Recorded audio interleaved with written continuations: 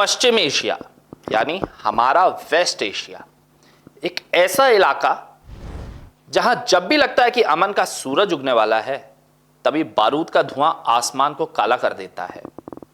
अभी कुछ दिन पहले तक दुनिया राहत की सांस ले रही थी। लग रहा था कि अब गोलियों की तड़तड़ाहट थम जाएगी, लेकिन एक बार फिर वही हुआ। अमेरिका ने ईरान पर हमला कर दिया है। जी हां, वही अमेरिका जिसके राष्ट्रपति डोनाल्ड ट्रंप अभी कल तक इजराइल के प्रधानमंत्री बेंजामिन नेतन्याहू को सरेआम गालियां दे रहे थे। खबरें तो यहां तक कि ट्रंप ने गालियां देते हुए नेतन्याहू से कहा था, यह हमले बंद करो वरना दुनिया में अकेले पड़ जाओगे। जिस बात के लिए अमेरिका इजराइल को डांट रहा था, अब खुद अमेरिका ने भी वही काम कर दिया है। लेकिन रुकिए, अमेरिका के पास अपना एक तर्क है। उनका दावा है कि चिंगारी उन्होंने नहीं, ईरान ने भड़काई है। यानी सीज फायर का उल्लंघन पहले ईरान की तरफ से हुआ। नमस्कार, मैं हूं अनिकेत दीक्षित और आप देख रहे हैं राजीव टाइम्स। पूरी कहानी शुरू हो जाती है 10 जून को, यानी आज सुबह। अमेरिकी सेना के ऑफिशियल एक्स ट्विटर अकाउंट पर पोस्ट आता है। अमेरिकी सेंट्रल कमांड साफ शब्दों में लिखता है कि राष्ट्रपति डोनाल्ड ट्रंप के सीधे आदेश पर अमेरिकी सेना ने ईरान के खिलाफ जवाबी हमले शुरू कर दिए हैं। वजह बताई गई, अमेरिका का दावा है कि उनका एक बेहद आधुनिक army Apache helicopter straight of Hormuz के पास रूटीन गश्त पर था। ईरान ने बिना उकसावे के उस पर हमला किया और उसे मार गिराया। गनीमत यह रही कि हेलीकॉप्टर में मौजूद दोनों अमेरिकी पायलट सुरक्षित बच गए, उन्हें चोट नहीं आई। अब राष्ट्रपति ट्रंप ने खुद सोशल मीडिया पर लिखा, हमारे आधुनिक अपाचे हेलीकॉप्टर को मार गिराया गया, दोनों पायलट सुरक्षित हैं। लेकिन इस हरकत का जवाब देना अमेरिका के लिए बेहद जरूरी था। अमेरिका इसे सेल्फ डिफेंस यानी आत्मरक्षा में किया गया एक सीमित और संतुलित हमला बता रही है। अब आते हैं सिक्के के दूसरे पहलू पर। ईरान इस बार दबने के मूड में तो बिल्कुल नहीं दिख रहा है।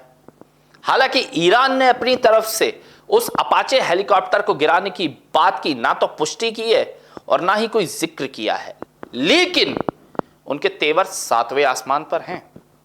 ईरान के विदेश मंत्री अब्बास अरागची ने सीधे शब्दों में अमेरिका को चेतावनी देते हुए लिखा है, युद्ध के मैदान में बार बार हार झेलने के बाद भी अमेरिका हमारी ताकत को परखने की गुस्ताखी करता रहता है।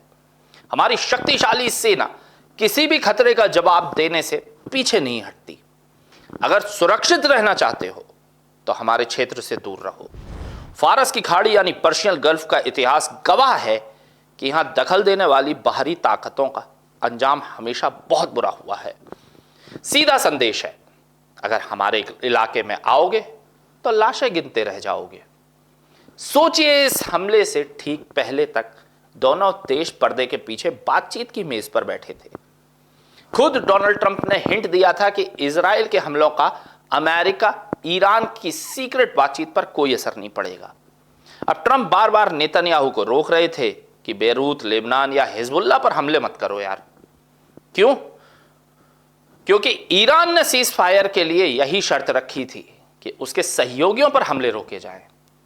तब दुनिया को लगा था कि शायद अमेरिका और ईरान के बीच कोई ऐतिहासिक समझौता होने वाला है, लेकिन एक झटके में सब खत्म हो गया। सुलह की अटकलें एक बार फिर हवा में लटक गईं और उनकी जगह ले ली हथियारों ने।